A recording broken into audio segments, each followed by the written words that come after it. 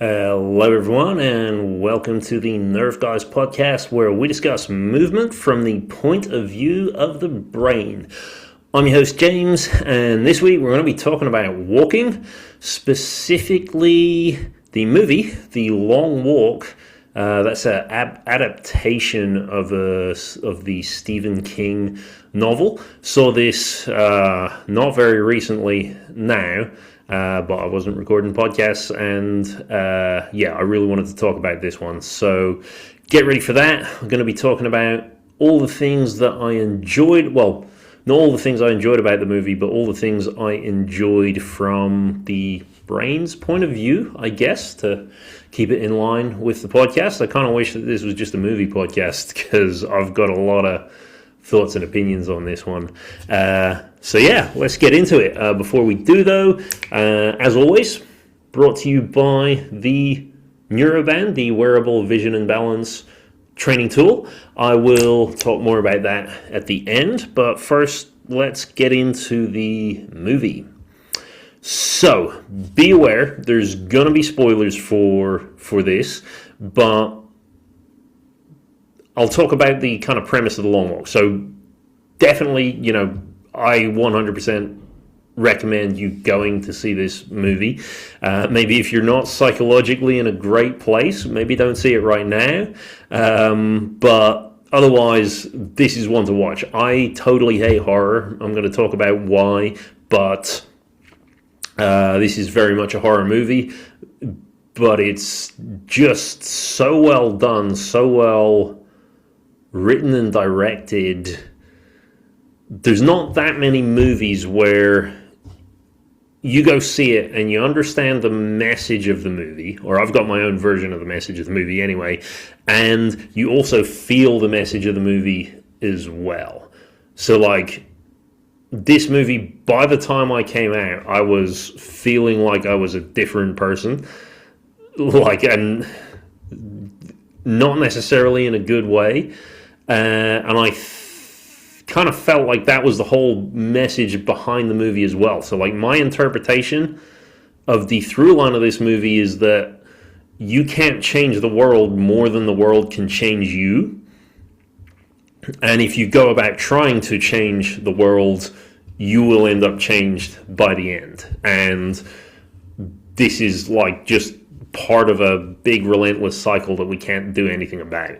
And that's very much how I felt coming out of this. I went to see it with somebody, and like both of us not really in much of a talking mood by the end of it. It was very much something where we just had to like sit and think and deal with our thoughts and emotions. But yeah, I'm going to leave that like bigger picture stuff to the end. But first, I think there's just the idea of horror in general. So I don't really like horror movies. I think I kind of feel like your brain is wired to be pessimistic anyway, which like when you've got a brain that's geared towards survival, most of that means that your brain doesn't want to think about the positive things that could happen. It always wants to worry about the possible negatives. And so my kind of perspective on life is I don't want to go spend the time when I'm supposed to be having fun ramping up the parts of my brain that deal with worrying about what the worst things that could possibly happen are. And that's basically my feelings on horror. I'm not saying people shouldn't like it, but I don't gain any kind of pleasure from not feeling safe. And yeah, I really just don't enjoy it. And there's also the fact that, a lot of horror is just really about making you feel scared for the sake of making you feel scared. Like it's quite hard when you're trying to make like a big movie to be able to take every single person that's going to come in and guarantee that you'll find something that makes them super uncomfortable. And most of the ways that horror does that, there's like the really cheap and easy way, so like jump scares and things, really sudden shocks are obviously going to agitate the nervous system a little bit, get you going. The second sort of most common way is some sort of body mutilation. So our brains care very much about our bodies and care especially much about certain areas of our body. We have more brain cells devoted to sensation and movement of the hands and the face and the tongue and the eyes than anywhere else in the body. So one of the sort of top ways that horror movies like to get their scares in is, what if you just have something uncomfortable happen to some of those areas? The hands are particularly interesting. Like, you could just show somebody get a paper cut in a movie and everybody's going to feel that. So one of the things that you can do to like really viscerally mess with someone is have something completely horrific happen to their hands. And there's a certain point, like the paper cut, everybody can feel it and they can feel what the paper cut feels like. But when you have something happen that somebody can't even imagine how that would feel, that's a really great way to like send the brain into total panic.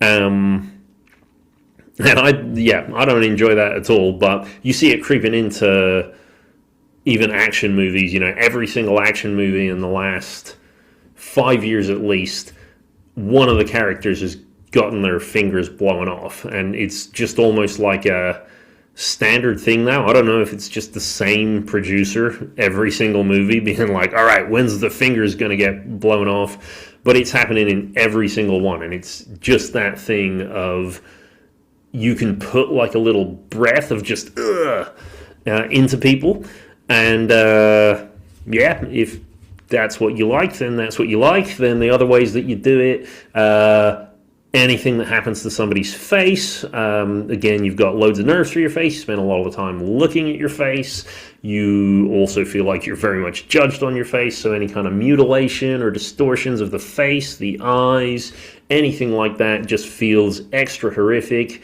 And it's a really easy way for horror movies to just ensure that everybody's going to be like uncomfortable and grossed out by the end of it. The Long Walk, however, takes a slightly different approach. So like, my appeal for The Long Walk was just hearing about the premise. Like, walking for a long time is something that I think lots of people can relate to as just not a very nice experience. Like, even if you enjoy walking, you know what the negative kind of side effects are by the end, when like you got the blisters on your feet and your muscles are all aching and stuff.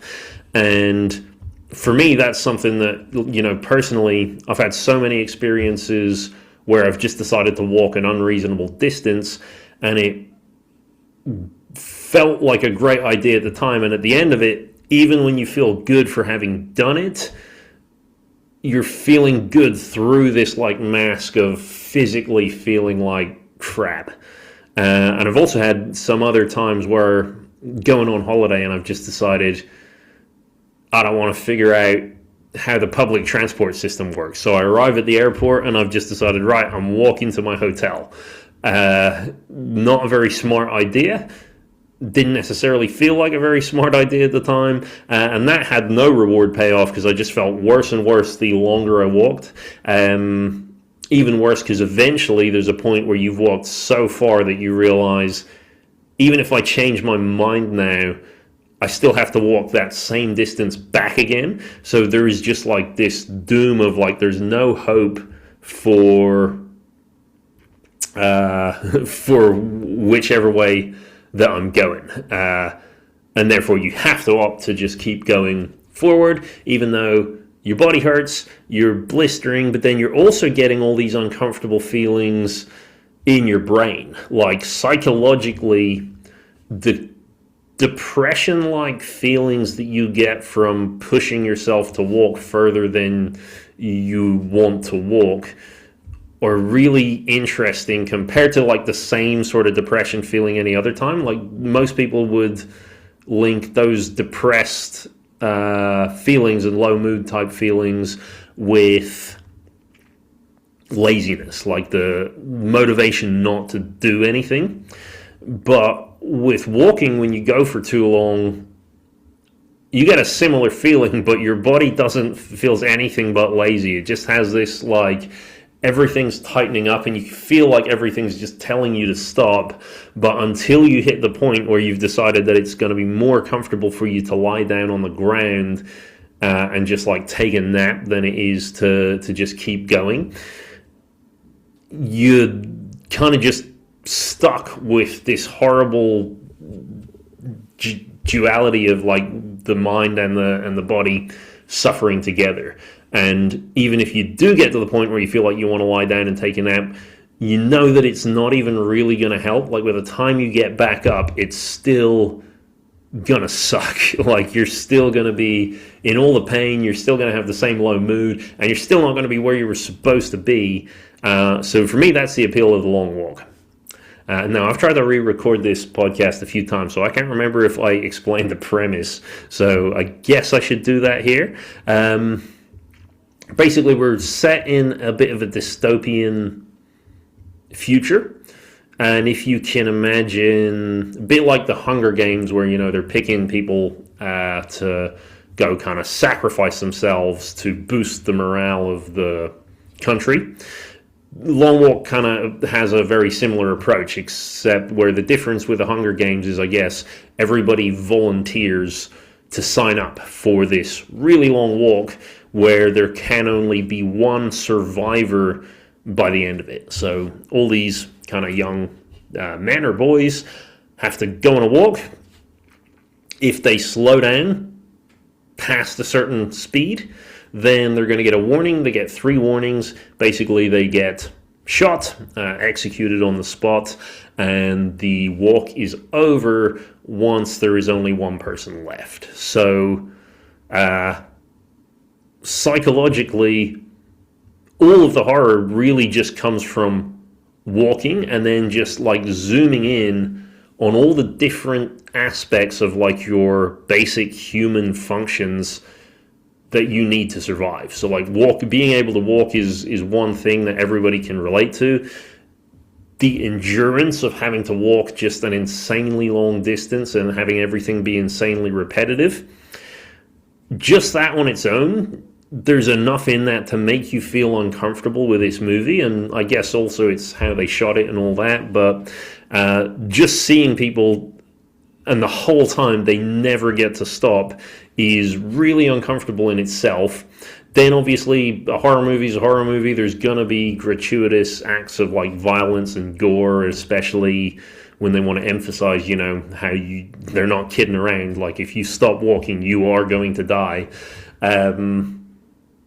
But then after that, you've got like all the issues again with like what happens to your feet, what happens to your body. Can you like physically see the changes in people? And that's horrific enough on its own. Then you get to all the issues of like the other basic needs. So what happens when you need to use the bathroom? What happens when you get hungry or thirsty? Or what happens when you need to sleep? And again, it's horror not in really graphically overemphasizing something in an unrealistic way. It's kind of taking something that, you know, probably has happened to everybody. Like everybody's been walking when they really wish they could go to sleep. Everybody's been walking home and they need the bathroom a bit too early. Like all of these things are quite relatable, and then they just take a very relatable thing and just max it out by having the stakes be really, really high. So for me, from like the brain side of things, psychological horror, I don't know, that was the first time that I ever saw it done in such a simple way, where you just take all of these really simple things and just push them to the point that you're really uncomfortable. And then the fact that the whole movie is just them walking is also giving you the similar kind of feeling where it's discomfort that just keeps riding out over a longer period of time. So it's another example of them like seeing the movie, having the feelings that you have, but they're also matching the feelings of the movie in general, which, yeah, I just think is really cool. And then the final part of that as well is like getting to see the emotional toil of everything. You know, everybody starts out super optimistic, then, you know, once the first kind of couple people get knocked off and different events happen, then you start to see how like emotions shift and change. How do they deal with the weather changing? How do they deal with the nighttime? How do they form all of these social bonds when they know that none of this is going to last? Like, people have to die, and they all have like this vested self-interest in themselves, yet in order to be successful, in order to get through it, they need to kind of rely on each other and help each other. It's all really, really cool. And that, I guess, brings me to the big reason that I think this was one of the best movies of the year of 2025, was this sort of premise throughout the whole movie that you go on this journey, and by the end of it, you're just like destroyed, or at the very least, you're just totally changed and different. So I'm going to spoil most of the movie here, but what kind of happens, the journey that they take you through, is each character pretty much just has like one really obvious negative character trait that probably, if you're being honest with yourself, you can see that trait in yourself. And you get to watch as that kind of becomes the instrument of their demise. So, you know, you've got the kind of outcast kid who is just sort of comfortable being kind of mean to everybody. You've got the kid who's stopping to tie their shoelaces and doing stuff like that, where in my mind that's just them being like, they're not really gonna, they're gonna let me off with this. They're being a bit too naive about the reality of the situation. They have people who come into the walk feeling like they've got everything figured out, like they've planned their strategy, they've planned what they're going to do afterwards. They've got some people who are trying to do it to win approval and love. They've got some people doing it for revenge, and then they've got one of the main characters who his whole reason for doing it is this like selflessness and compassion for others. So he's kind of, probably volunteered because if he takes up a spot, then somebody else doesn't have to. And he wants to inject the whole world with love because he's seen how he's operated on hate throughout his life. And so he wants to make a positive experience. And, when you win the walk, you get granted a wish, basically. And so he's kind of going, all right, well, I'm going to use my wish to do something positive for the world.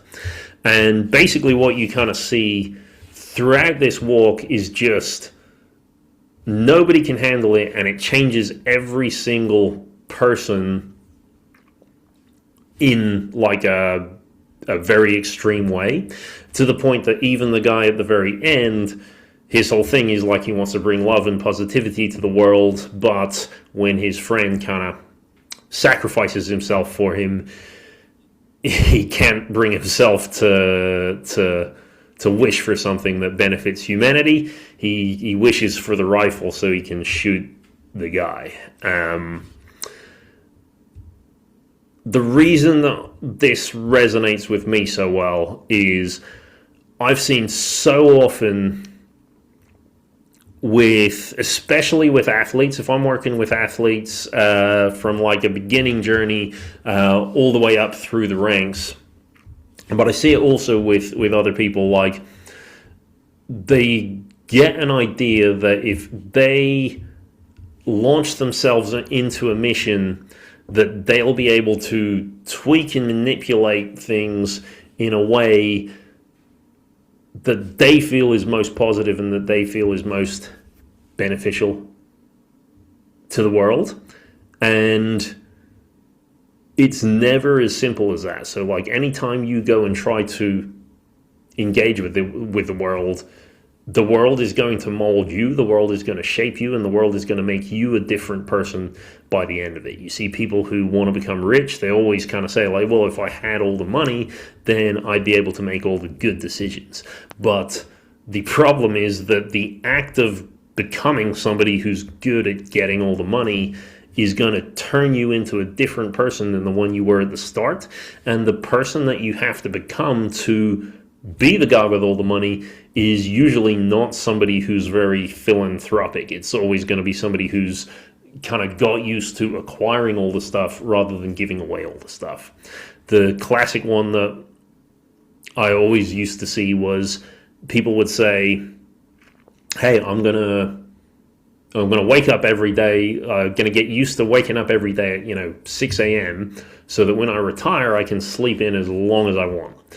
But what you're going to find is that over 50 years of just waking up at 6 a.m., suddenly you've built the habit, and now you're somebody who wakes up at 6 a.m. Now, you might get to the point that that's not an issue for you, but it's still true that the person you set out to be by going on this journey is not the person you're going to be at the end of the journey. And I think the book has a different ending. I don't think it ends in that same way, but I actually think this is the better ending, because as much as we would like to believe that, if you really are determined enough that, love can prevail and all the positivity can shine through, I really don't think it's the case. And I think that more people need to consider what they are actually signing up for and try to be less naive about like how much you can alter and manipulate the structure of the way things already are. So you might feel that you're perfectly well and capable of, taking a structure or a system that exists in the world and like having your impact on it, but who actually really ever achieves change on such a large scale, especially by themselves? So like you take all the popular examples, who's recent, like Martin Luther King. That's somebody who really changed and influenced history. But actually, when you like dissect it and like really examine into it, he was part of a movement that was already in place and happening, and he definitely went above and beyond and did things nobody else was prepared to do. But I would imagine if you were to really hone in and like zoom in on everything that he thought he was setting out for in the beginning and then what he ended up achieving, you're probably going to find that the difference is actually quite vast. So that's not to diminish the achievements of somebody who's done really great things, but it's always worth noting that, there's a certain degree where you have to go with the flow of the current, and you can put your own impact and your own spark in your own way as and when the opportunity comes up, but you can't actually just do a whole brand new thing that never existed before and do all of that without getting so many other people on board that, then you actually have to start taking into account all of their wants and all their desires and all the things that they would like to see and achieve. So, yeah, hopefully that's kind of clear. I'm going to leave it on that note because, don't want to make this one too long. But that's my thoughts on The Long Walk. You will not be the same person when you go on a transformation journey. The world is going to shape you as much as you are going to shape the world, and that's just something that I think everybody needs to recognize and everybody needs to accept. If you are interested in going on a transformation journey, then I would recommend you have a look into the NeuroBand. This is the wearable vision and balance training tool to help you develop posture, focus, and coordination. It's not a sponsor, it's my own product, and it's basically a kind of little introduction into the world of neuroscience and movement. So this is going to be exercises to help improve your balance, to help move and train your eyes in a way that can really positively rewire the brain and influence neural structures. You'll find a link to it in the description below. Otherwise, thank you for watching, and I'll see you in the next one.